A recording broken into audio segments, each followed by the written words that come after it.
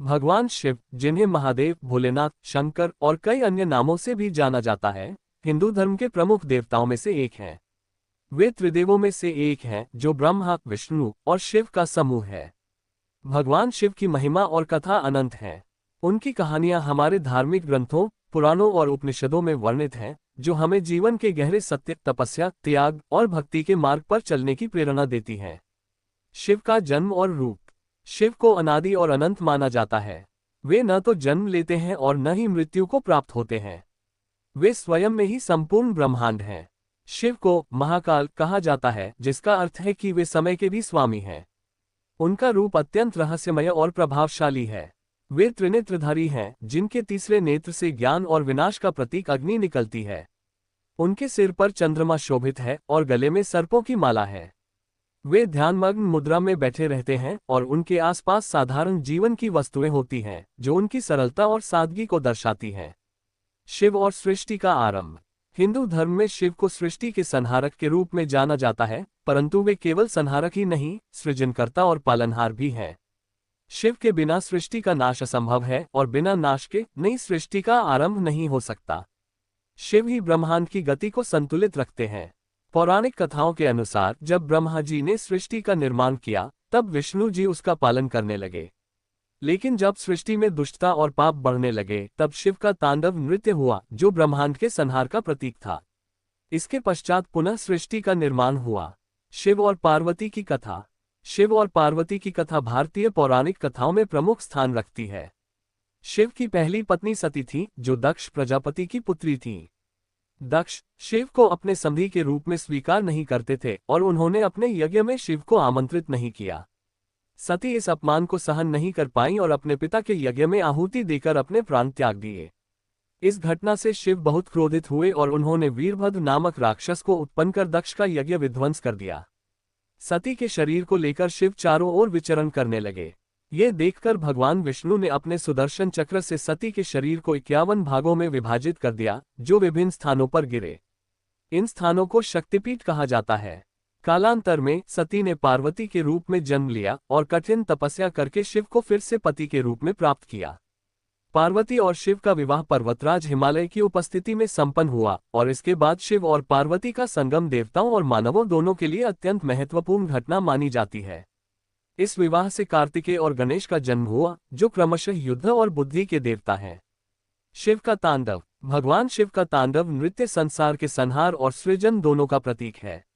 शिव का नृत्य, जिसे नटराज के रूप में दर्शाया जाता है, सृजन, विनाश और पुनरुत्थान के चक्र का प्रतीक है।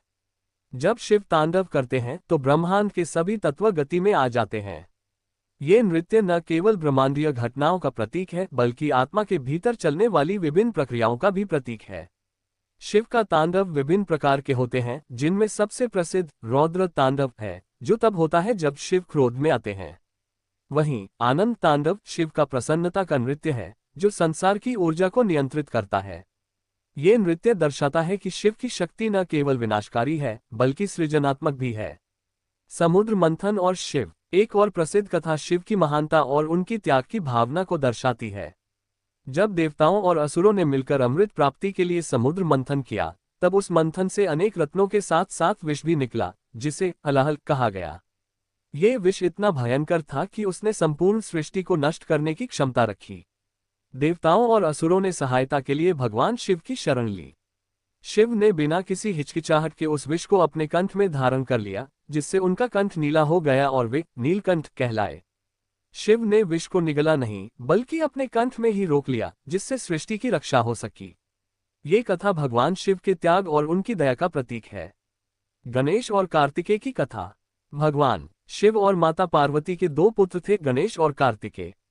दोनों पुत्रों के बीच एक बार पृथ्वी का परिक्रमा करने की होड़ लग गई।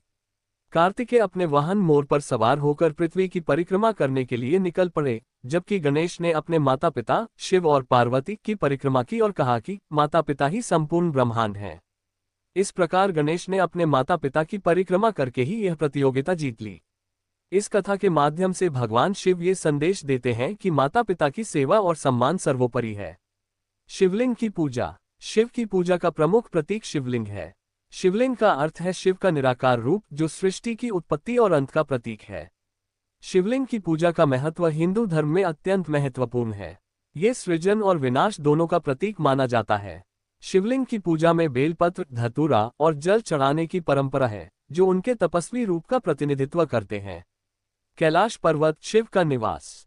भगवान शिव का निवास स्थान कैलाश पर्वत माना जाता है, जो तिब्बत में स्थित है। कैलाश पर्वत को ब्रह्मांड का केंद्र माना जाता है और इसे शिव के ध्यानस्थल के रूप में जाना जाता है।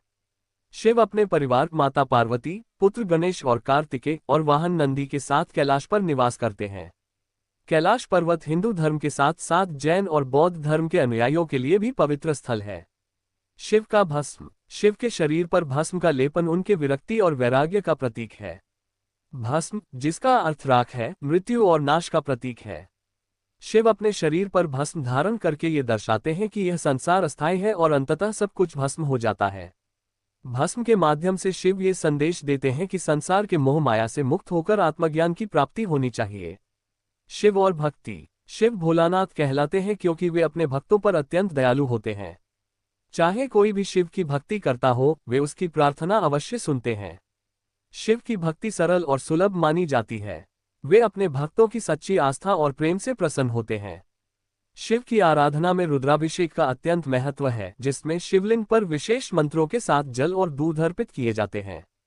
शिवरात्रि का महत्व। शिवरात्रि भगवान शिव की पूजा का सबसे प्रमुख पर्व है। ये पर्व फाल्गुन मास की चतुर्दशी तिथि को मनाया जाता है और इस दिन शिव और पार्वती का विवाह हुआ था। शिवरात्रि के दिन रात्रि भर जागरण कर शिवलिंग का अभिषेक किया जाता है और भक्त व्रत रखते हैं। इस दिन शिव की आराधना से विशेष पुण्य की प्राप्ति होती है। निष्कर्ष। भगवान शिव की कहानियां हमें जीवन के गहरे अर्थ और सत्य को समझने की प्रेरणा देती हैं। वे केवल संसार के देवता नहीं हैं, बल्कि सृजन, पालन और करुणा के प्रतीक भी हैं।